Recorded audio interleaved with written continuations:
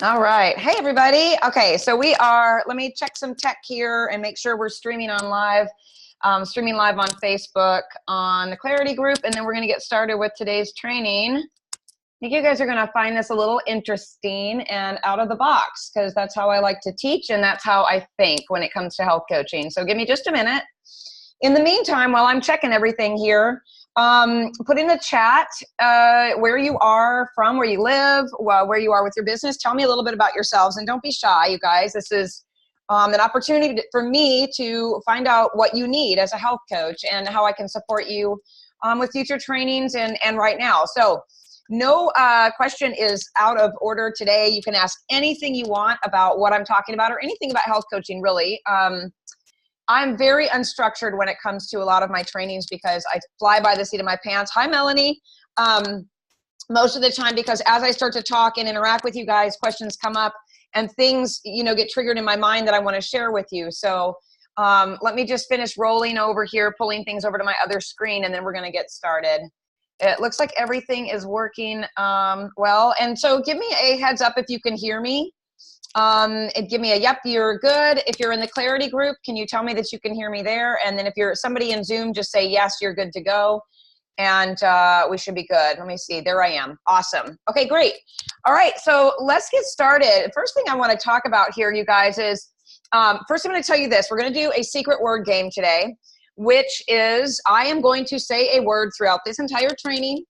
And it's just I'm not going to tell you what the word is till the end. And then in the end, when I announce, when I say the word, you guys, whoever is in Zoom, you have to be in Zoom to participate to win, is going to win an opportunity to have a mentorship for life in our health coach mentorship and mastery group, where we are, just a bunch of us coaches really getting things done, doing live trainings, access to business templates and documents, access to me constantly. It's where I live when it comes to my business. Besides the Institute, this is the group that I spend most of my time in. So there will be a secret word said throughout the whole thing. When I announce it, the first person to type it in the chat on Zoom is going to win that lifetime membership. So, all right. So the first thing I want to kind of do is, as a heads up, just remind you that I am, and I want to make sure I'm not frozen here because it looks like I am on Facebook. It looks like there's some stuff going on with a signal on Facebook, but I have a clear signal over here. And let me check on one more time here. Yes, you guys can hear me good in Zoom. Awesome. Okay. Hey, Linda in Colorado.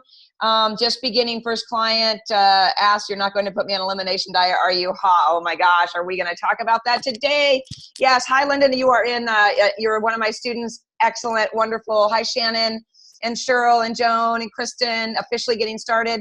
I will return to, it looks like we do have clear audio here. I will return to all chat and Q&A and on Facebook. The easiest way for me to track questions is to put them in the Q&A on Zoom. So that's the best way and the fastest way for me to answer questions and be efficient with the training. Okay, so I've got my window open over here. As those of you who know me, I work on a dual monitor. I don't like to forget things, so I have a lot of notes pulled up over here. So if you see me looking this direction, that's why. I will be taking breaks to take a drink of water. Fat water, if you guys haven't tried it. The Bulletproof Fat Water is one of my ways to break up the monotony of plain water. I get so tired of water. Okay, so I'm going to tell you a couple of client approaches here. I'm going to tell you what I've been seeing with coaches over the years that I've been teaching and mentoring and educating. A couple of examples. So coach approach number one is a new client comes to the coach with lots of problems. And lots of diagnoses from conventional medical doctors, sometimes functional doctors, and the coach immediately offers the elimination diet to start. Coach approach number two I see most often is that the new client wants to lose weight. That is one of the top reasons people come to us. We know this. Many times, they think it's just that they're not moving enough or, they need help just dialing in their food. So the coach starts them on a more limited food plan and a more intense exercise plan. Coach approach number three, this is another one that I see a lot of, is that the new client is moody and depressed, and the common complaint is weight around the middle, right? I've just gained all this fat around my middle I can't get rid of. I don't know what's going on. I'm exercising enough, and I thought I was eating clean, and so on and so forth. And then I see the coach sending them lists of expensive labs, and I see this for a couple of reasons, and that goes along with the elimination plan too. A couple of reasons I see coaches automatically sending an elimination plan and a list of labs for people to get is because it makes them feel like they're showing the client how smart they are, okay? And there's nothing wrong with that thought process, you guys. We want to share our knowledge, and that's okay. But sharing it because you want to appear smart to your client is the wrong idea. The other reason I'm seeing that happen is because the coach doesn't know what to do. So the first thing they do is say, here, don't eat this, and get these labs done. And then the next time we meet, we're going to talk about what we find. And that gives them, that kind of gets the coach off the hook. That gets the health coach off the hook, sends the client out with action steps of how to proceed to figure out why they're not losing weight. Okay. All of those approaches and all of those are very real examples of what I've run into, the things that I see a lot of with the coaches that I mentor and that I work with and teach, and a lot of the clients that I used to work with myself. And they're all very, I want to say they're valid approaches until you know differently. So I want to teach you differently today because these approaches are very stressful, not only for the client, but for the coach as well. Okay. All right. So the coach approach that truly works, and the thing that I've learned over all of these years of working with clients time and time and time again, and then also guiding coaches in the right direction, mentoring them and them using this approach time and time again, is that this works. You get a new client, they have chronic problems, multiple diagnoses. They say, nothing's worked so far. I've had all these labs done. I'm at the end of my rope. And the coach starts by doing, and you guys that are on now and that are my students and that know me, they start by doing the high mileage intake form. This is the gold nugget of health coaching that so many people don't understand and are not doing. If you're getting an intake form while you're sitting across from your client, you are wasting valuable time. Period. Okay, now my dog's starting to scratch the floor. Sorry, she's going to start scratching the carpet, making a loud noise. Anyway, and so, you know, you're wasting time. You're creating an inefficient process with your business, because when you sit across from someone, and I'm just going to do like a mock pretend here. Say I'm meeting with you for the first time. I've got my list of questions I want to ask, or maybe you've got an intake form that you're filling out for them as they give you the answers. And you're like, so how many times a day do you use the bathroom? Is there a history of diabetes? Okay, so plan on being there for a very long time.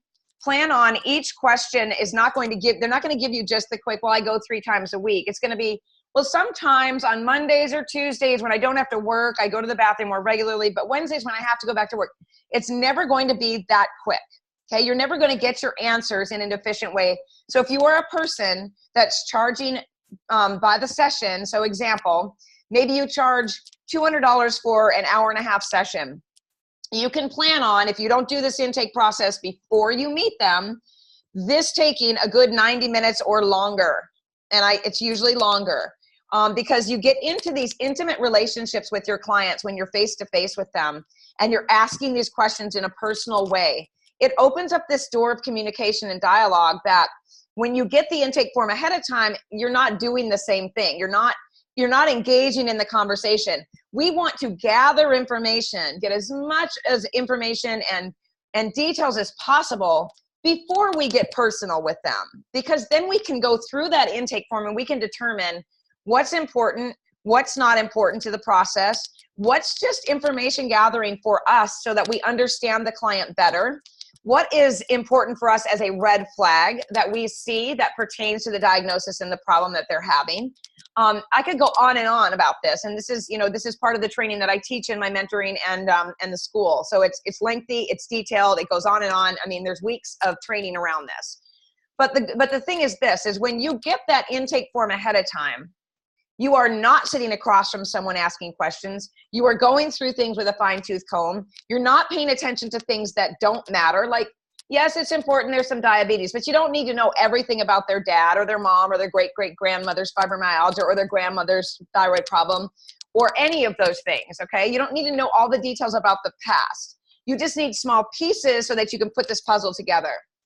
So what an intake form looks like is a bunch of scattered pieces have been handed to you. Say, think of it as a puzzle, okay? So like a 1,000-piece puzzle, and the client has on every single piece of that 1,000-piece puzzle, it's in a box and it has a piece of that client's life in it.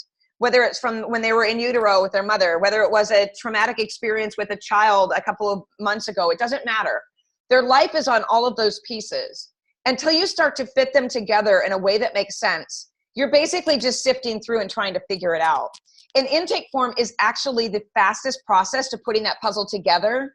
and finding out what pieces fit where and what pieces someone might have thrown in that don't even belong in that puzzle box. Is this making sense to you guys so far? So tell me, and I know, yes, I talk fast. I have to tell you guys that anytime there's someone new, I know we've got a lot of new names on here. I am a fast talker, but we have a lot to talk about. So you're going to get a replay if you've registered for this. And you know, just make sure you go back and listen again if you want. But I tend not to slow down because I don't want to miss anything. But let me know if this is making sense to you about the process of working with a client. And then we're going to get into some of the ways that we're going to talk about simplifying this and the damage we could be doing to ourselves and our business by not having a simplified approach. All right, let me do a signal check real quick because I saw myself digitizing out. Are we still good on sound, you guys? Yeah, let's see here. Okay, good. Yeah, everyone's telling me it makes sense. Good. Yes, yeah. And Linda has the, you know, and so for those of you who don't know, my intake form is 20 plus 25 or 27 pages long or something like that. It gets longer whenever it's put into a different format, but it is very lengthy. It is very personal. We don't expect them to fill out every piece if they don't want to, but we give them the opportunity because that's how we get a big picture and a story. And that helps us to understand what we're dealing with. So let's talk about one of the number one things that clients are doing. You know, well, let's talk about how we can start them off on the right foot. The first thing that I see a lot of people do, as I mentioned earlier when I gave you those coach approaches, is they're automatically saying, well, you've got all of these things going on. So the automatic approach to that is the elimination diet. First of all, I don't even use the word diet if I can possibly help it. You guys know that about me. I want you to practice safely in the word diet. It goes along with dietitians, and that's not what we are. We're health coaches. So when you are providing someone with an elimination diet or plan, you're basically giving them a list, and I'm going to pull my screen over here in just a moment, and you're giving them a list of things that they basically cannot have. So let me drag this over. I'm going to do a screen share, and then I'm going to check in with my Zoom folks and make sure you guys can see the screen. If you'll give me a, in the chat, yes, Carmen, we're good, then I'll know that everybody's looking at what I'm looking at. Okay, yes, awesome, thank you. Okay, so this is kind of this is it from, it looks like flywheel.net DNA. It's just kind of a really good, easy graphic to take a peek at of what the elimination diet really looks like, right? I was given something very similar. It wasn't like this, it was a list, actually it was 2 pages of single spaced information under like meat, these are the things I can't have, vegetables, these are the things I can't have, grains, these are the things I can't have. And I was basically sent out the door with that and something that I call the bag of hope. And I'll talk to you about the bag of hope in just a minute. But when we do this, when we hand this elimination diet to people, we are giving them, literally, we're handing them everything they eat in a day and saying, you can't have any of those things anymore. This is what our standard American client looks like.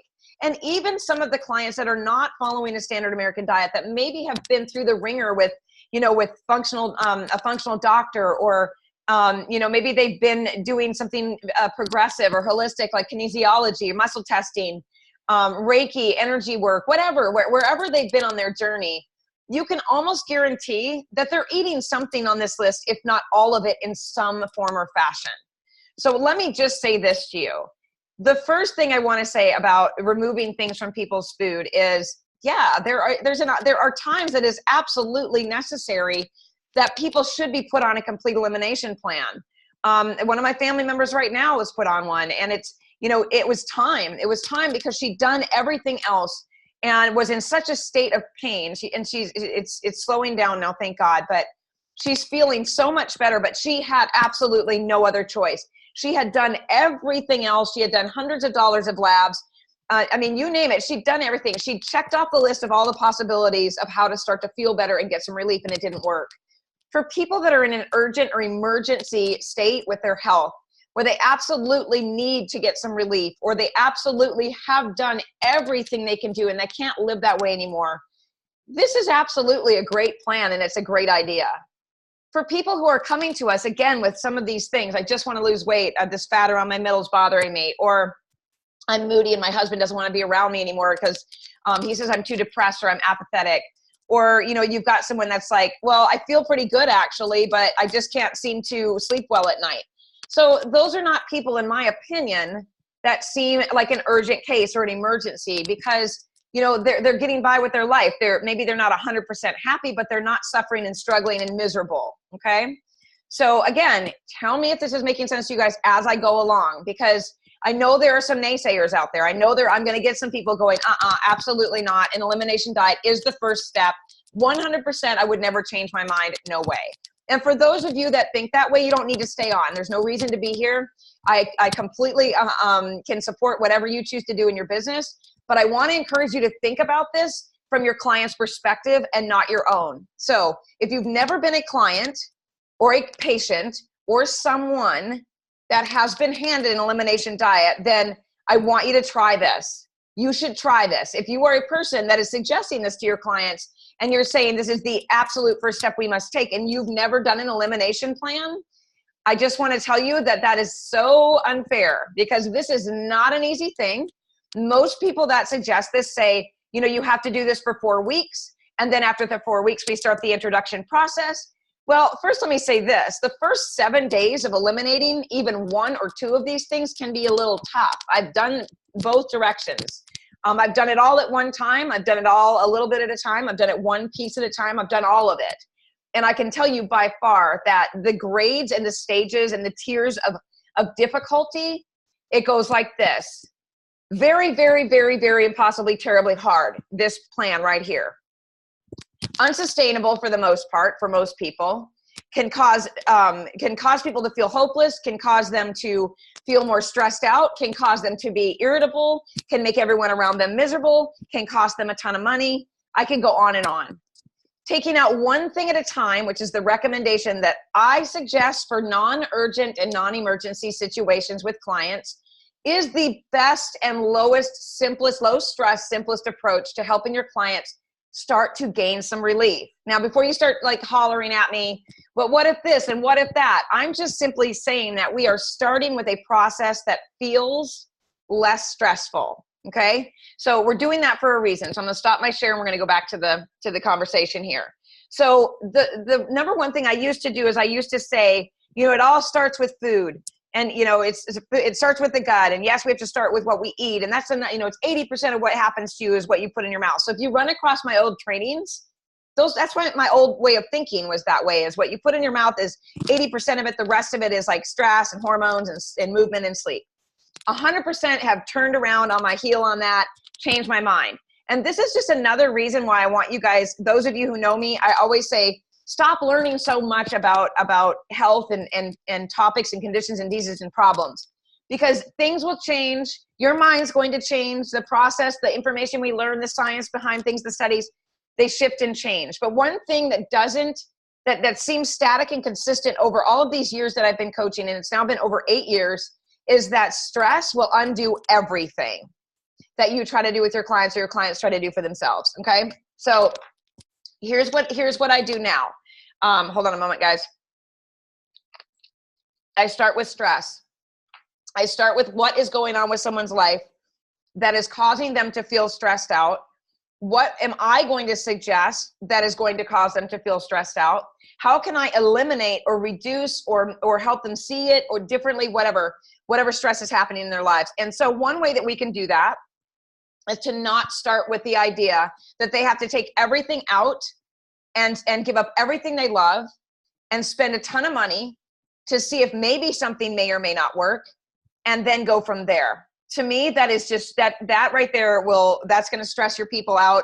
They're going to get excited for the first, you know, maybe a couple of days because they think they have answers. They're like, oh my gosh, this is it. If I just eliminate all these foods, I'm going to lose weight. I'm going to feel great. Everything's going to be fantastic. But within a few days, a couple of days, probably some people 48 hours or less, the symptoms of not having that stuff starts to sink in. And for those of you, I know there's so many smart people. I mean, coaches, you guys are smart, and you know this. You know that there's a physiological response to when something that we are addicted to, and I say that because gluten is addictive, sugar is addictive, dairy's cross-reactive with gluten. It also has sugar in it. So when we're talking about things that we are attached to or addicted to, the physiological response of our body and our brain is, wait a minute, where is that going? Why are you taking that away from me? Then irritability sinks in, body aches can happen, joint pain, diarrhea, constipation, even worse, depression. we can actually cause our clients to exacerbate the existing symptoms that they have, and then add even more stress on top of that, just by handing them a list of things that they cannot have. So that's one thing I want to say is we want to not stress them out when it comes to talking to them about changes that could potentially be good for them. Okay. Yes. And I'm seeing lots of chat in here. Yeah. So Linda's saying I would balk big time if that were handed to me. It's too overwhelming. Kirsten says it's not our job. Lori Lamb says, yay, you're getting the message, right? It's not our job to tell our clients what to do, what not to do, or to take. And Anita says, amen to that, Carmen, stress first. Okay, so let's look at, hold on a minute, I'm gonna roll my window over for you guys. Let's look at what, hang on a moment, happens, and I'm gonna share my screen with you guys in a minute again. And I'll do a check with my people on Zoom just to make sure. You guys are my touchstone, making sure everything's rolling right. And looking in Facebook and just making sure you guys put your comments and questions in Facebook too, please. Okay, so can you see you can see my screen, right? All right. Yes. Awesome. Okay, so the effects on the body. So first we need to understand what stress is, because I think sometimes we tend to, as health coaches, we get stuck in the idea that stress is about finances. It's about, knocking along with our spouse. It's about maybe having a child that has learning disabilities. We think about stress in a way that it's all negative. It's always negative. But stressors on the body can be everything, like the things that feel good to us, like exercise is a stressor on the body. When the temperature changes, that's a stressor on the body. I was just at Yosemite. I was on vacation in California, went to Yosemite National Park, and my son and I did an extreme hike. And the elevation, let me just say this, the elevation, I felt like I was a pretty fit person going into this hike, and I was sucking wind. That's a stressor on the body. And I was paying attention to that. And I noticed my body responding in a stressful way to the change in elevation combined with the exercise. That is a stressor. What other people don't understand also, our clients are not, they're not thinking of stress in the way that we should be teaching them to, which is also happy things are stressors. So, when someone has a baby, having a baby is a stressor, but becoming a grandmother can be stressful if that person is a worrier. Planning a wedding, planning a birthday. Happy things can be stressors on the body too. It depends on how our brain sees and processes the things that are happening to us. And that tells our body how it's going to respond. So what does all of this have to do with working with clients? Well, it has to do with this. When you hand your client that elimination diet, or you hand your client that long list of labs, or you give them way too much information way too soon in the process before they even understand the effect on their body, we are doing some of these things on this list. We are causing, or we could be causing, I'm not gonna say we could be causing them to have decreased nutrient absorption, alterations in gut motility, changes in the microbiome, leaky gut, decreased immunity, which is in our gut. So we're going to stick with that little area. If you can see my cursor, I'm kind of circling around the gut area, right? So when we give them an elimination diet, when they're already stressed out, what does that do to what they put in their mouths? Are they going to make the most use out of that green smoothie that they're drinking every morning if they're feeling stressed about it? Are they going to absorb the iron from the red meat if that we've suggested that they look into eating more of because they can't seem to get their iron stores up if they're stressed out about it? When we're stressing our clients out with things that they are not capable and able of putting into taking action on or putting into their lives as a part of their daily routine, we're really not doing them any good at all. And I've seen coaches get almost 2 to 3 months into a relationship with their clients, and they're like, why are things not changing? Why are they not seeing any significant differences in how they feel? They're down, the client is depressed and feeling defeated. The coach feels like it's their fault because the client's not getting the results that they want.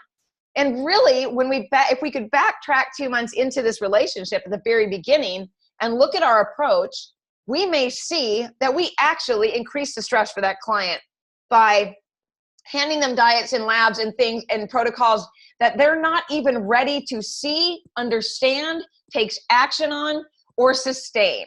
Okay? Is this helping you guys so far? Am I helping you hopefully to maybe consider that the approach that you're taking with all of these complex things involved could be undoing all of the process, the success that you hope to see, could be undoing all of the progress that maybe they even got started with when the stress starts to hit them just a couple of weeks or a couple of months into the relationship, right? So let me do a check-in real quick here. I'm going to stop my share, do a check-in, and see if you guys have questions. I'll go to the Q&A first. Jake, if you can't hear me, so I can't tell you, but maybe somebody can type in the chat for Jake to log off and log back in, because everyone else is seeing this. So great, yes. So James is saying distress versus eustress. Buying a home is a stressor. It's exciting, but yes, it's very stressful. Absolutely. So I really want you to think about this, and I'm literally flipping this upside down, and I'm saying, and first let me say this: I never tell you guys what to do with your business. I'm not going to hand you a template and say, follow this exactly. Even with my high mileage intake chart that people use, I don't say use it exactly. I say fit it to your business, make it fit what you want to do with your clients. But it's laid out in a way that I have seen work over and over and over and over again over the years. And it moves away from the idea that we should be looking at their food and helping them see their food differently first. I truly believe that when we can enter into this relationship in a way that makes them feel like they can take a deep breath and they can feel relief over what we're suggesting and recommending, we have such a higher chance of success. They have a higher chance of success. They feel more inspired and empowered. They don't feel that loss of hope over the time that, maybe they're not reaching their goals. Because, let's think about this from their perspective. Let's say that they do start this elimination diet plan. I can't even like saying the word diet, but let's say they start it. Let's say they're gung-ho, all excited. They go out and they spend, and let's just be honest here, the elimination diets, if we're following those very closely, we're eating organic, we're eating grass-fed, we're suggesting humanely raised, non-processed food that doesn't have a really great shelf life. So they're usually going out there and they're buying too much. That food might get wasted. They don't know how to prepare it. They don't have the time to prepare it. They may be excited for a day or two with a couple new recipes or a link to doing recipes. They've got a day or two under their belt of cooking. Day 4 rolls around. They're getting behind on their housework. They might be running late to work. They might not be spending as much time with their kids because they're cooking, or they're learning about why they can't have specific foods. The next thing you know, they're more stressed out. There's food going bad in the fridge. The family's wondering why mom's stressed out. And they're back out to doing their old habits again, and you're not hearing from them as often. That I've seen happen over and over again before I put this system into place. And again, for those of you who don't know me, it's been almost 8 years since I started coaching. And very quickly, I started to see that, I wasn't responsible for what they were doing in their lives, but I felt responsible. I would be like, I can't make them eat this way, but what could I do as their coach and their person to make them feel more empowered and inspired, to help them understand why these things were important in the first place? And so that's where my whole process, the three-step program, education, preparation, and action came into place. So, it's a 3-step approach I've been using that works, and it brings in this simplified approach. So in the first month, I'm just laying it out, and for those of you who are also halfway through the curriculum in the school, you're starting to get into this process. The first part of the relationship is about educating them according to what they ask for. Okay, so on the intake form, and I'm seeing you guys raising hands, and I'm going to get to that in a minute, but when I'm talking, I got to stay on point here. So on the intake form at the very end, I ask them to rate those 7 essential things that I focus on with every human being. That's why I don't believe in niching. If you missed my niche training, there's a replay out there. You can email our support team for that information. I actually think it might be a training as well. But anyway, that's why I don't believe in a niche, because I believe that every person needs that same 7 essentials to be healthy. But in the intake form at the very end, before I start working with them, before I get on a meeting like this, before I get on the phone, before I do anything with them, I have them rate those 7 things. Which one of these things feels the least stressful for you to start with? And I want them in order of difficulty. So if someone says, one of the 7 essentials is having more fun. And yeah, you'd think that would be, oh yeah, of course I want to start with more fun. That's easy. It's not that easy, because today in our lives today, fun consists of sitting on a computer playing poker, or fun is being on a game. Fun is, is not the old school, old fashioned fun, playing board games, going on hikes with your kids, riding bikes, doing those things. So if someone says to me, fun is going to be the least stressful thing for me to work on, I don't have enough on it, let's begin there. Why would I hand them an elimination diet?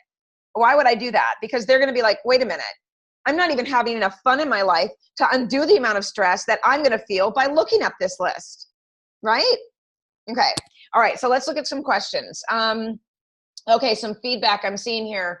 Kirsten says, my closing is Monday. Congratulations. Yes, I know how stressful it is to buy a home. And then you got to move, which is also a stressor, packing and getting there and all of those things. Oh my gosh. Keith is saying super helpful and totally makes sense. If I say your name, you guys, Zoom cuts off the first part. So I'm guessing on these. James is saying cool insight. Yes, it makes sense. Very helpful. Eye-opening perspective. Cheryl is saying, Jackie's question here, what if a client is insisting on something to start with because people feel that they need something to follow immediately? What can you give them that's not stressful? So back to the conversation. When we rate what stresses them out the most in order, let's say that they say, I want to work on food. I'm really not that stressed out with food. I'm not an emotional eater. I want to start there. What can we do to get started right away? So with that process, I would say, well, looking at your intake form, I'm seeing that you've got, and I'm making this up, you guys, hypothetical examples here. I'm seeing that you've got constipation. You only go to the bathroom twice a week. So I'm glad that you want to start with food. I think that's a great approach. And let's talk about what we can do to increase, your bowel movements and get you going to the bathroom more at the same time by eliminating, one thing that may be causing you to be constipated. So what would that one thing be? Well, we work with those highest inflammatory foods. We don't start with, well, let's take out spinach because, maybe you shouldn't be eating so much of that because it could be causing this. Or let's take out, let's remove, a steak because maybe you're not digesting that. No, we start with the highest inflammatory foods first. And those are the gluten, soy, dairy, sugar, and anything with GMOs and cross-reactive foods. Start with one of those things. Just one thing can start the process for them of lowering the inflammation in the body, because systemic inflammation is one of those things. It can come from 1,000 different things, but if we can start by eliminating one thing that goes into their mouth that is proven to cause inflammation across the board, and those things I just named are proven to cause inflammation across the board, we're going to start something inside of them that is going to be better than what they're doing right now. So if someone were to say to me, I really need to start going to the bathroom more often, I just can't stand this anymore, my approach would be, all right, let's start with looking at removing gluten. I'm going to give you a list of a particular list of foods that you can have instead. And I'm just making this up again. There's tons of lists out there. If you don't like Oreo, if you can't have Oreos, you can have these cookies. If you can't have this chip, you can have this. And I'm not saying that they should be on a packaged diet. So please don't think that that's what I'm saying. I'm saying that sometimes when someone is so married to this standard American food plan and this diet that they've been eating, taking away an Oreo cookie and giving them a protein bar with chia seeds in it is not a good exchange. That's a stressful exchange. That's oh my God, what am I eating? Slime exchange, okay? So we want to do an exchange that makes sense for them. And that is to give them options. But we're not telling them do this instead of this. We're saying here are some options for you to consider. And I would like you to consider going gluten-free first, because there are so many foods out there that you can replace your favorites with that can be gluten-free. So why don't we begin there? And then I'm going to send you some information about how maybe adding in some magnesium citrate could be beneficial to get your bowels moving again in the short term while we're fixing this other problem. You don't give them the magnesium citrate link and say, buy this. You say, here's an article on magnesium citrate and constipation, why I think it might be beneficial for you to learn about it. Here's a link to my favorite magnesium citrate that I use called Natural Calm, or whatever you choose to suggest.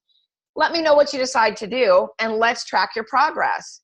That is so much easier than that list of things. Don't eat this, this, this, this, this, this, this. Drink more water and move your body more, and then we'll meet again next month. That sucks. I mean, that sucks. I've been through it, and I've had clients that, when I first started out, that were like, this is impossible. This is awful. I have seen spouses basically tell their wives, you're not working with her because that sounds impossible, and I'm not interested in doing it. So this really takes out all of the excuses about this being too difficult. or too complicated or too stressful, right? We need to think about when we suggest to people to look into specific supplements or recommendations or whatever. My thing is this: slow and low. And I'm that way with everything. Like my mom called the other day. It wasn't my mom, or was it? No, it was a friend. Called about her thyroid medication. And she was like, well, it's working and I want to bump it up. And I'm like, no, here's what I would suggest. Talk to your doctor about taking that tablet and cutting it into quarters. You don't just take 2 more tablets. You cut into quarters. You go slow and you start low. And that's the same thing with foods. Start slow. Start with low stress and see how the body responds. So the other reason why I think that this is such a powerful approach and why I think it works so well is because of this. What if, and I want you just to think about this, and I'm going to go to some questions. What if the only problem someone had was that they couldn't tolerate soy? Let's just throw that out there. Let's say that they could not tolerate soy. It's the number one thing that was bothering them, but we made them take everything else out instead, along with it. We've then caused them to give up the things that they love, a lot of the things that they love. We've caused them to feel more stressed out. We've probably cost them quite a bit of money by saying, go replace everything in your pantry. When instead, maybe we could just say, well, it looks like maybe you're vegan and you're eating an awful lot of unfermented soy, which can cause a lot of problems. Why don't we think about just taking that one little thing out for a little while, learning why it's powerful to do so, and see how you feel. And then let's think about that client saying, you know what, I think that's a great idea. I'm going to read a little bit about it, and then I'm going to decide when I'm going to do that, and I'll let you know. Client takes out soy. 2 weeks later, they message you and say, all of my joint pain is gone. I've started going to the bathroom again. My energy is so much better. I've even lost 5 pounds. So you have spared that client from removing everything that they love and given them a simple approach. You've watched them start to see progress and start to have success. They feel inspired and motivated, and they want to just continue. They now know that one thing is causing all of these problems. Why would they add that back into their food plan later on? And I call this the backward elimination plan, the BEP, because we're going backwards. We're not adding we're not taking everything out and adding one thing in at a time. We're taking one thing out and we're seeing how it goes before we continue on to the next thing. So reminder for those of you who don't know, there's a 72-hour or 3-day window when we eat something that we cannot tolerate to look for symptoms and problems. So let's just go backwards a little bit here and say that we've got someone that gives up gluten and they're like, I'm not feeling any different. I'm still struggling. All right, what's next? Well, which one do you want to look at first? Do you want to look at soy? You want to look at GMOs? You want to look at sugar? You tell me where you want to go next. I think I could probably work on taking out dairy, to be honest. I don't eat a lot of that. Okay, great. Then they start to feel better. Let's just pretend they start to feel better. They have almond milk, coconut milk, all of these replacement foods. They start to feel better, and they're like, I can still continue to eat this, or this because I don't have problems from it. Is this making sense to you guys?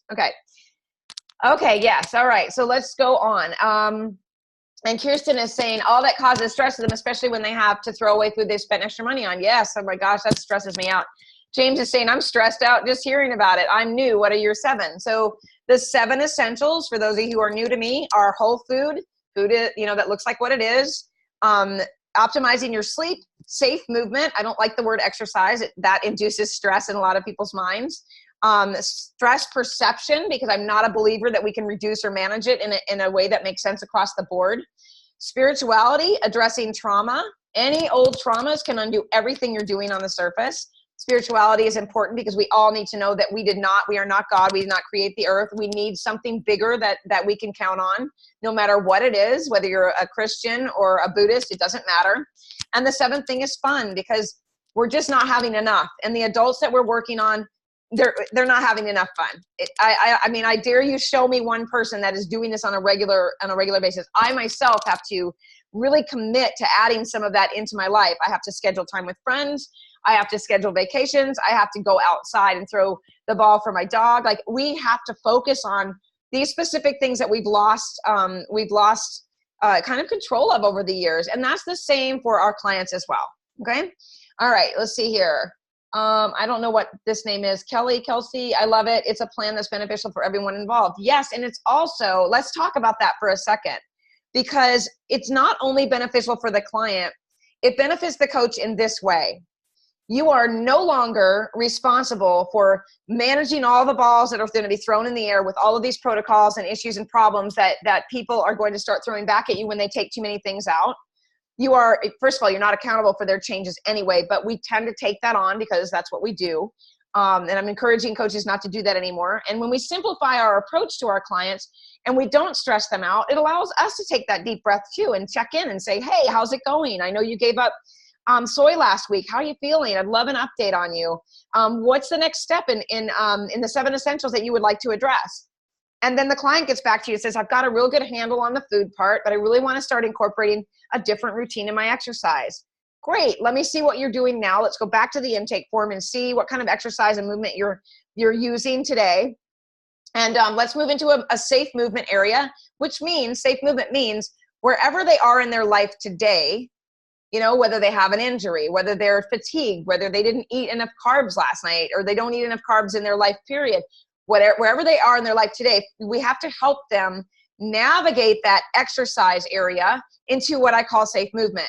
What feels good to you right now that's not going to stress your body out even further, that's going to help you elicit those human growth hormones and those hormones we need to lose weight and feel good about ourselves, the endorphins, all of that.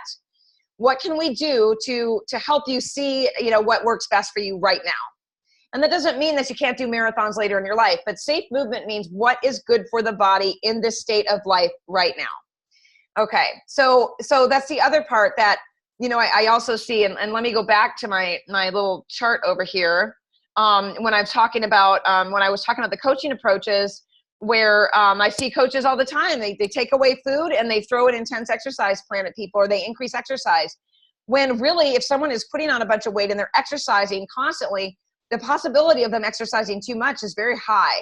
And that can cause weight gain and problems and stress and depression and hormone suppression and thyroid problems and everything else. So we need to keep that in mind as well. Okay. All right. So let's see here. Let me see where we're going here. Okay, we talked about the elimination diet, when it's appropriate, when it's stressful and harmful. I want to go back to the bag of hope conversation from earlier, that I kind of coined that term along with the backwards elimination plan, because the bag of hope is, and you guys tell me if this has happened to you, tell me if this has happened to you, or you have clients that this has happened to. You've got clients that go into, say, a functional medical practitioner's office, chiropractor, an energy healer, or whatever, and they've got a storefront set up, right, in the front or in the back when you check out. And there's supplements, maybe it's a brand like Standard Process, maybe it's Zymogen, whatever, but they are hooked in with a supplement company that they then sell to their patients or clients, and they make some money off of it, right? It's a little store. So what happens a lot of times when people go to practitioners, and I'm not demonizing practitioners and doctors at all. I mean, they got into the business, they went into debt. They got into this because they wanted to help people, but there's so many broken pieces to the system of medicine and care that they probably noted that, you know, this is not sustainable for my practice. I'm not able to pay back my loans. You know, how can I make some passive income? How can I start to make a bigger difference? And so I think a lot of times that's where some of those things came from, supplements and powders and proteins and bars and all of that.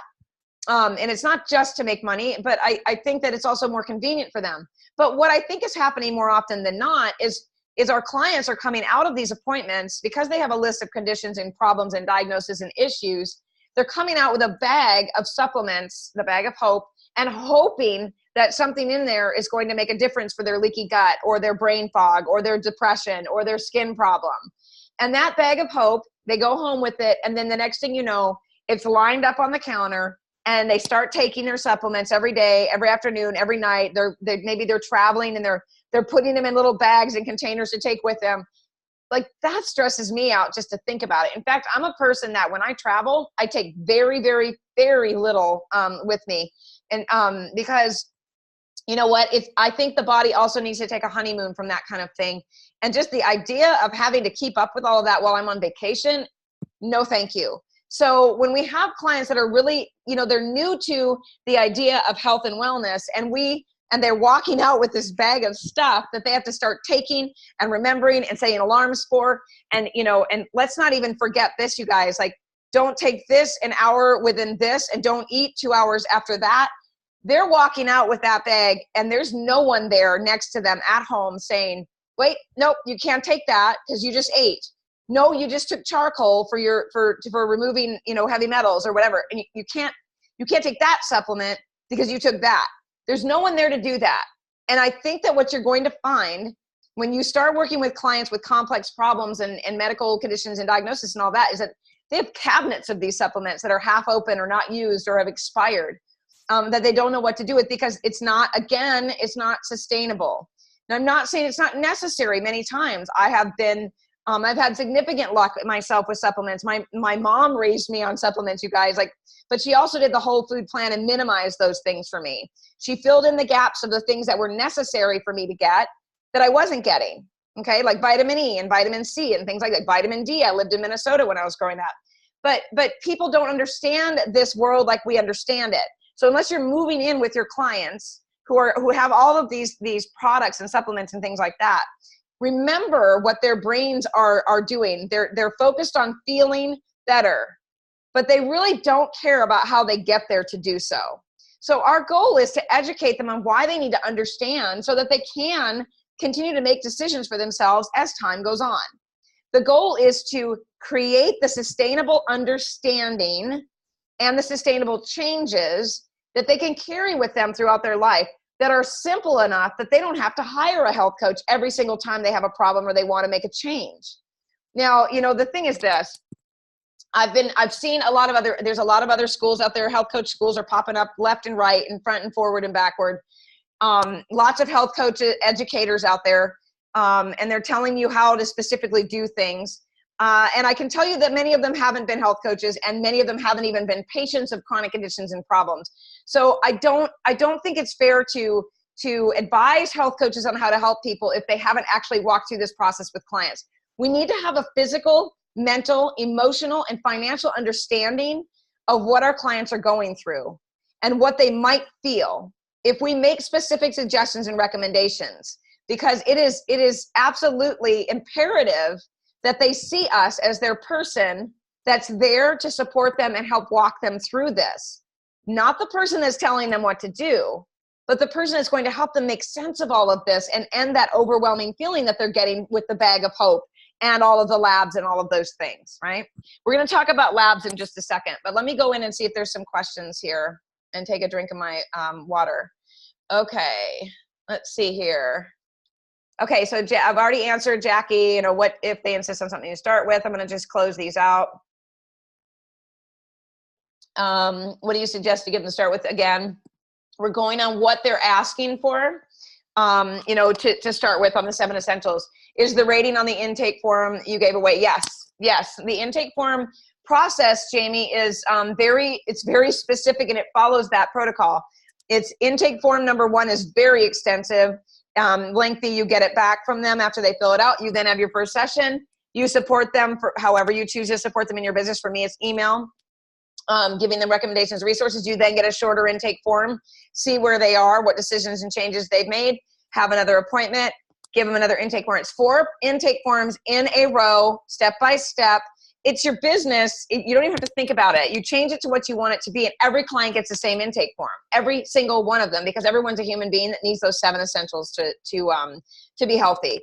So yeah, so the intake form in the package is out on my website at instituteforfunctionalhealthcoaching.com if you want to look at it. All right, Natalia says, once you've taken out one food, how long would it take to see real change to go on to the next one? 3 days seems too short. No. Now, what we're talking about when we're talking about the 3-day, 72-day window, we're talking about putting it back in, not taking it out. So taking it out is it's going to be dependent on the person. I have felt better within a week of taking out a specific food that was causing pain to my joints. Some people may take longer. What determines that is the health of that person and the health of their gut when they start the process of removal. So you can't really have the, hey, hold on a second, you guys. What? He's coming at 1:30. Don't forget your cooler. Okay, please. Bin spray, bug spray. Sorry, guys. My kid's going fishing today. But so anyway, so what that means is, when we take the one food out, it, depending on the health of the person, is going to determine what is their response to that particular change. You know, it could be 3 weeks, it could be a couple days, it could be, remember this, gluten can set up inflammatory processes in the body that can take 6 months to a year to undo. So if they don't, that's why when we take one thing out, we give it some time and we let them tell us, I'm not feeling a whole lot better. I don't feel a lot of difference at all. I'd like to move ahead and try another removal. Great, what do you want to go with? I think this is one I eat too much of and I'd like to make some changes with dairy. Okay, great. So we let them determine that, and they tell us how it's going. They keep us posted on how they feel. We can't say to someone, in 6 months, you're going to feel good. In 7 days, you should feel great. We can say, based on experience, I've seen a lot of people go through the 7-day time frame where they remove, gluten that lights up those dopamine receptors in the brain, the same ones that sugar does. I've seen people after 7 days finally start to come back around to themselves and sleep better. They're not as irritable. The detoxification process moves very smoothly for some and not for others. For me, I was totally, and I think most people are, addicted to gluten and bread and all of those things. And I was horrible to be around the first 3 days. Took a total of 7 days where I was finally like, okay, I can, I'm starting to feel like a normal person again.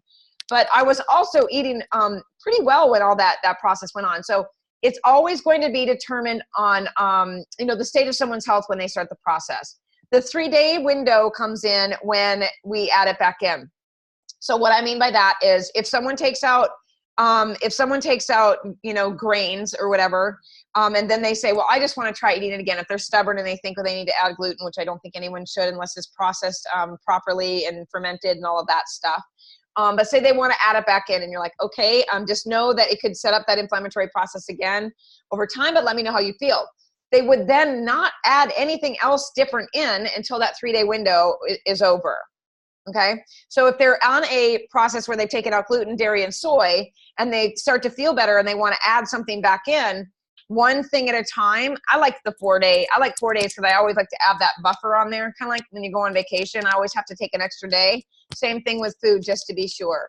If they have a reaction within 3 days of adding that food back in, that food is not it's not a good food for them. It's causing the problem. Okay. Or causing a problem. Yeah. And Jackie is saying yes. Usually they're looking for a quick fix, simplicity, and changes in steps. Yes. So, and again, and we've got comments going on that physical therapists have these stores and everything. Yeah. So, let me check again on questions. Would a group cleanse be too stressful? Do you recommend these? So a lot of people know me as not the anti-cleanse or anti-detox person. I think there's a time and a place. And I think I actually did a training on this last year about detoxes and cleanses, and it's kind of the same thing. When people are signing up for detoxes and cleanses, there's a couple of reasons that it happens. Either they're in crisis, which is probably a good time to do something like that if they feel like they just need to, wipe the slate clean or whatever. Or people are like, they think they're going to lose weight super quick by doing a detox or a cleanse, and they're going to go back to their original way of eating. And tell me if you guys see this in your community or your groups of people. I see this every single year in my community in Clarksville. I see everyone jumping on this Whole30 bandwagon like it's some Weight Watchers plan. I'm doing the Whole30 and they're losing all this weight and they're feeling fantastic. And then come February or so, after the new year started, they're back to eating, burgers, and they're back to eating the way that they used to eat. It doesn't make sense to me. Whole30 is a sustainable way of eating if you know how to do it and you're doing it for the right reason. Detoxes and cleanses are a great way to jumpstart your health if you know why you're doing it and do it the right way. But I also think that people get into it and they don't understand what the body goes through when you take away specific foods. You can really put yourself in that Herxheimer, which is, the detox reaction process, and can make you feel worse. And I like to use my own personal stories because there's so many of them. But I did that, years ago before my son was born. I think it's just been about 15 years ago. Did this master cleanse. And I know those of you who have been around the block with wellness and health for a long time, like I have, about the master cleanse, the lemonade, cayenne pepper, and maple syrup cleanse fast. I did that. I lasted 3 days, and my hips and my back hurt so bad I could hardly even walk. And I'm not exaggerating. Taking a couple of steps at a fast pace caused significant pain in my hips. that last day, that third day, my husband lasted a week. He lost 20 pounds and then he gained it all back. But anyway, after that first week, 3 days, I ate, I think it was like plain brown rice and steamed broccoli. I had to have something. I ate that. The next day, the pain was gone. So I don't know what it was. My detox pathways were just not open. And I was dumping too many toxins into my system at one time. I don't know, but it was miserable. And I had great working knowledge of health. Imagine how people are going to feel if they don't have that working knowledge. We have to remember this. And this is one of the things that urged me to do this training today. We are forgetting that people don't think that the way that we think. They don't have the knowledge that we have, nor do they care, to be honest. Some of us go out there and we want to learn everything we can about the feedback loop and the HPA axis and the leaky gut and the microbiome and all that, because we're geeks like that. And we learn it and we feel like we can help people with that. Our clients don't want to know that stuff for the most part. 90% of these people are not interested in that many details about getting well. They just want to get well and they want a way to do it that's going to be sustainable and low stress. So when we're inundating them with all of these intense elimination plans and cleanses and detox and all of these things, they're jumping on board and they're doing it, but they don't understand why and they don't want to know why. So when the symptoms come at them and their body starts to react, it is unpleasant. It can actually backfire on you as a coach. That can turn around and they can say, this is way too difficult. They will then start telling people, yeah, I hired this health coach and she gave me all of these, this, and this things to do. It was miserable. I do not recommend working with her. So that's the other thing that this can do. This can actually backfire on your business and make people not trust you or refer you or even give you a testimonial to build your business if you are stressing people out too much. Okay. All right. So hold on a minute. We're going to talk about labs. We're coming up on the hour. I'm just checking on Facebook to see if there's any questions on Facebook. And I don't see any so far. Let's see, where do we go? Hold on a minute, you guys. And I want to talk about the lab part too, because it's another big blind spot for health coaches I'm seeing. Okay, yeah. Hey, Karen. Yeah, Karen says, thanks for all you do. You're welcome. Yeah, so I saw a lot of people jumping on Zoom after I started. So hopefully you guys, you got logged in there. And I am going to tell you the secret word pretty soon. As soon as I get finished with this presentation, I'm going to tell you what the secret word is, and whoever types it in first wins the lifetime mentorship, health coach mentorship and mastery member, enrollment. Okay. So labs, let's talk about labs real quick, because we can't talk about stress without, and stressing out our clients without talking about this topic. So I'm seeing coaches recommending labs to their clients. Maybe there's someone who got super skilled and educated in how to do labs, how to order them, how to read them and all that. And it's, again, one of those areas where they want to show what they know. And there's nothing really wrong with that, except for when we're doing it without thinking about our clients in the first place. So someone comes to me and they have had a significant list of labs done. They haven't had someone explain them to them. They still have undiagnosed or maybe undiagnosed problems or symptoms or whatever, or they still don't know why they don't feel good. I have seen coaches literally say to them, well, I see here you're still missing all of these other things. Let's get these done too. And then the client's sitting there like, oh my gosh, I just gave you all this list of labs and I still don't understand them. And you're telling me to get more? That's more financial investment. That's more emotional stress. That's more physical time away from work and kids and family. It's just too stressful. So, the way that we avoid doing these types of things is we start with the smallest, simplest steps first. And that always returns back to what the 7 essentials are. Let's look at each individual client as that standard American client. Even if they think they're eating clean, you can usually uncover where they're not. Even if they say they're going to the bathroom on a regular basis and they're not constipated, you can usually find that there's something going on there. Even if they say that they don't have any stress and life is great, you can talk to them about what stress really means and they can be like, man, I never even knew that was causing my body so many problems. You can uncover something, and not every person has something wrong with each 7 essential. Not each one of them is going to need to be addressed. Some people are doing the fun part fantastically. Some people are sleeping amazingly. Some people know that their body shouldn't be training for marathons when they have a thyroid problem and they're doing HIIT classes every 4 days or whatever. We focus on the things that we see on the intake form that say red flag, this needs attention, and this is where the client wants to start. It is the simplest process. It is the simplest way to do it. You don't determine that. The client determines that. You guide them in a sustainable, not a short-term way, a way that they're able to make these changes in a way that lasts, that they can carry on with their life, so that they are referring people to you, so that they are giving you testimonials, they are talking about you, they are telling people that you didn't stress them out and you didn't make them feel hopeless and terrible and bad about themselves and make things harder for them. You know, my goal when I'm working on making a change for myself, my son, is to make it as simple as possible. Even with my dogs, I don't want to stress them out. And I've learned that over time, that if I feel that way and I know that I need these miniature steps into change and you know, to something that's going to be sustainable, then my clients who have hardly a fraction of the knowledge I do about health and wellness are going to need baby steps and bite-sized pieces. So baby steps and bite-sized pieces is the simplest way to help your clients. Throwing labs and elimination diets and all of these hard steps at them is stressful. You can say it, oh, my client's really gung-ho and they're motivated. I mean, you're going to find 1 out of 50 of those people that are going to be able to say, I'm going to run with this elimination plan and this detox, and I am going to start exercising appropriately. I'm going to bed at 9 o'clock. You're rarely going to find someone that's going to be able to take all of those pieces and do them at the same time.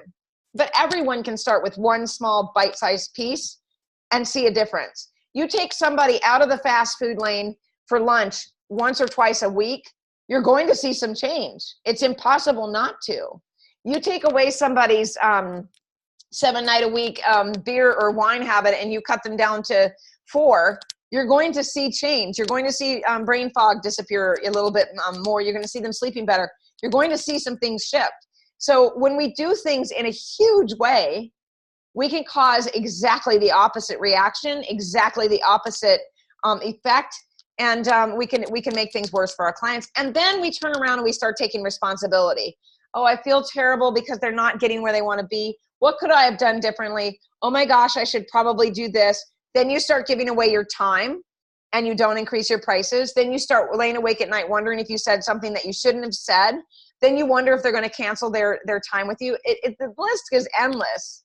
The more complicated you make your relationship with your clients, the more you stress them out and the more you stress yourself out, okay? So we're looking for, again, the sustainability thing is the ability to maintain something long-term. That's what we're looking for.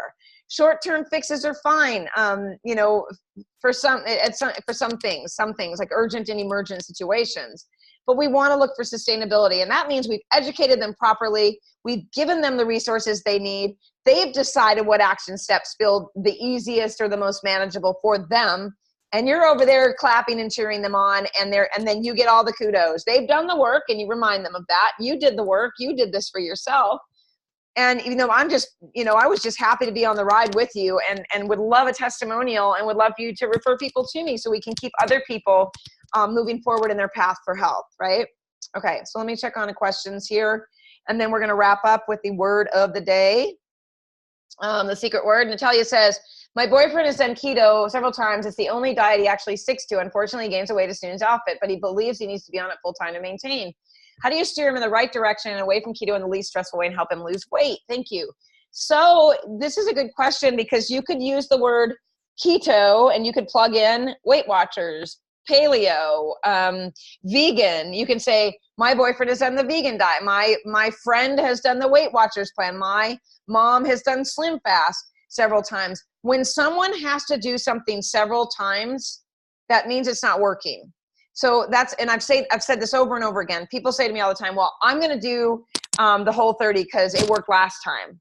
When something works, it stays working. Okay. You don't have to continually do it. That means it's not working. Working means it's sustainable and it lasts for good. So what I would say if this was my boyfriend, I would say, all right, so the thing is this, is you shouldn't be gaining the weight back if what you did to lose it worked. So I would say, you know, if he says he feels like he needs to be on it full time to maintain it, the question is maybe he does need to be on a ketogenic diet to maintain weight loss for the rest of his life. Maybe so.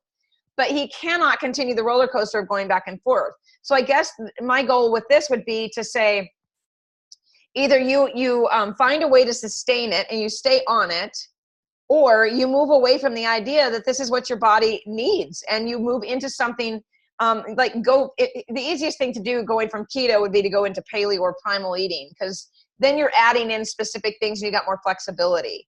And so then you watch what happens.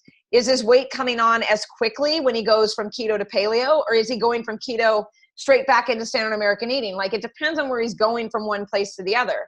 But we don't jump from keto to Wendy's, right? Fast food. We don't jump from paleo to Burger King.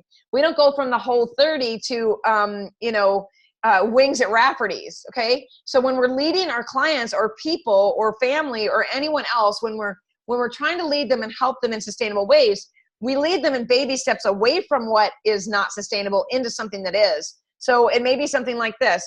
All right, so go away from the 100% keto and go into 90% keto, then 80, then 70, then 60, then 50, or whatever, until you are considered a paleo primal eater. And then give yourself 4 weeks to see what happens. See if it's sustainable that way. The shock from going from the intensity and the extremity of this to this is going to cause weight gain and problems or inflammation. So we need to back up and go bite-size the other direction. So that's what I would say to him. I would say, you know what? Why don't you dial down the keto a little bit? Instead of full board going off one and onto another, dial it backwards in manageable bite-sized pieces. Manage, see how you feel, and then stay there for a while and see if that's sustainable. Because obviously keto is not. And if that's the only way that he can lose weight over time, then that's the diet for him. That's the food plan for him. I have a friend who, she's got ulcerative colitis, and she was CrossFitting, and strongest person I know, but couldn't lose the weight. She couldn't do it no matter what she did. She was following a paleo, gluten-free lifestyle, could not drop the weight. And so I said, well, think about trying the keto, the keto plan. I think her insulin resistance numbers were a little bit up. Her thyroid was going up a little bit. She was starting to get some problems with her gut. She started keto. She has dropped, I think, 40 or 45 pounds, but she lives that way. She lives like that. And that's a choice that she's made because that's where she's comfortable. So we just have to remember that. We have to remember that is always up to them. They need that our clients, our husbands, our friends, our family, everyone, it's up to them. We're here to guide them if we choose, but we cannot invest ourselves in getting personally attached to their process or their outcome, because it's not our body and it's not our decision. April says, I have to run for work. Can I get the bonuses sent to me after the workshop, whether it be a replay? Well, there aren't any bonuses. It's just a live training. And yes, there is a replay. Since you're on Zoom, it will go out by email. But I'm going to give you guys the word in just a minute here, and we will wrap up. So, yeah, thanks so much. So simple and sustainable, less stress all the way around, Deb says. Absolutely. Yes, less stress when we let go of the attachment, for sure. And there is a right and wrong way of doing keto. Long-term does not work for everyone. And I have seen some conflicting, studies on whether or not people should stay on keto long-term. It's not for everyone. So, all right, if you're on Zoom and you've stayed for the entire thing, which if you're on right now, you have, the secret word to win the membership for the Health Coach Mentorship and Mastery group is HOPE. Whoever types it first gets the lifetime. Whoa, God, you guys are fast. Woo, okay. So it looks like James got it. James, you're fast. So James, you've won the Mentorship and Mastery lifetime membership. I think you're going to get in that group and be completely blown away by what you get. We closed the doors to this membership group last week. The response we had to the launch was unbelievable. So email our support at Institute for Functional Health Coaching, and let me know just in the subject line, winner. Just say winner, and we'll get you added and give you access to the back door of that as well. And here's the thing, you guys. This is your business. I want everyone to be running this business as your business and what feels right and good for you. So remember, when I'm giving you trainings, it's really all based on being a health coach for almost 8 years and 2 months now, moving into the new year. It's going to be 9 years before you know it, but I'm so used to saying 7 years. It just turned a couple of months ago. But the point is this, is that we learn through experience. And that means by working with people. That means whether it's pro bono, whether you work with friends and family to be more comfortable with a process, whether you purchase a process, whether you if you don't have a system, first of all, you need a system. And I say that over and over again. You need a system that works, that can be used with every client every time. But, you've got to try it on kind of like a jacket. Does this feel right for me in my business? No, I need to tweak this and do this. There's too many people out there telling you how to do things exactly just so. And that's not my style. My style is this. I want your business to be the business that you love. Okay. That's why I have the Successful Health Coach podcast. I do mentoring on there. I want it to be what you love. It needs to fit you the way that it should fit. But there are some foundational ideas and thoughts to keep in mind to keep this simple and stay within that safe scope of practice. So, and that means sharing these resources and not making decisions and not being accountable and not taking responsibility and feeling guilty when your clients don't reach those goals or get the results that they're looking to get. It's never your fault. It's never your fault. You're never in charge of whether or not somebody, loses that weight or reduces inflammation or stays in touch with you. It's not your fault. Okay. Have a good system in place. Be supportive. Know your scope of practice. Practice in a safe way. Use safe language. And just be inspiring and encouraging. That's the best way to manage this business and be successful. Okay, you guys. So that's it. That's it for today. And we did really well. We stayed at 1 hour and 10 minutes. And I'm loving all the comments. Yes, congratulations, James. Awesome. And we're going to welcome you in. You'll get welcomed in a big way, and you're going to be blown away by all the good stuff you get. And we're going to help you serve in a bigger way, as you're mentioning. So thank you so much. Hi, Michael and Kiko. I hope I say that. Kiko. Yes, everybody. Vicky's new. Wait, no. Let's see. It's going so fast. Linda's new. Very good. All right. So if you want to get in touch with me or you want to know more about what I do and how I do it, you want access to more trainings, go to the instituteforfunctionalhealthcoaching.com. There's a blog, all kinds of resources. I have hundreds of hours of YouTube trainings available out there. You guys, I'm always doing these types of things. If you need a specific training, tell me and I'll create one because I love it. This is what I love to do. I love to teach, interact. I like to save you guys time and help you be successful. So, and also one more thing, if you want to be a guest on the podcast, I am looking for guests. I've got to fill up my spots for July. Email me at support@the Institute for Functional Health Coaching. And in the subject line, put podcast guest. Support@Institute for Functional Health Coaching and put podcast guest. Okay. And then I will get back with you and we will get you on the schedule and you can be a live guest on the podcast and we can get more help for everyone else. Okay. All right. Linda, real quick, a training format for sleep issues. Yes, there is a group coaching package on the Institute website for sleep and for food. So take a look at those packages too. They're very reasonably priced to try to keep everything manageable for you guys as well. All right. Have a great weekend, everybody. Thank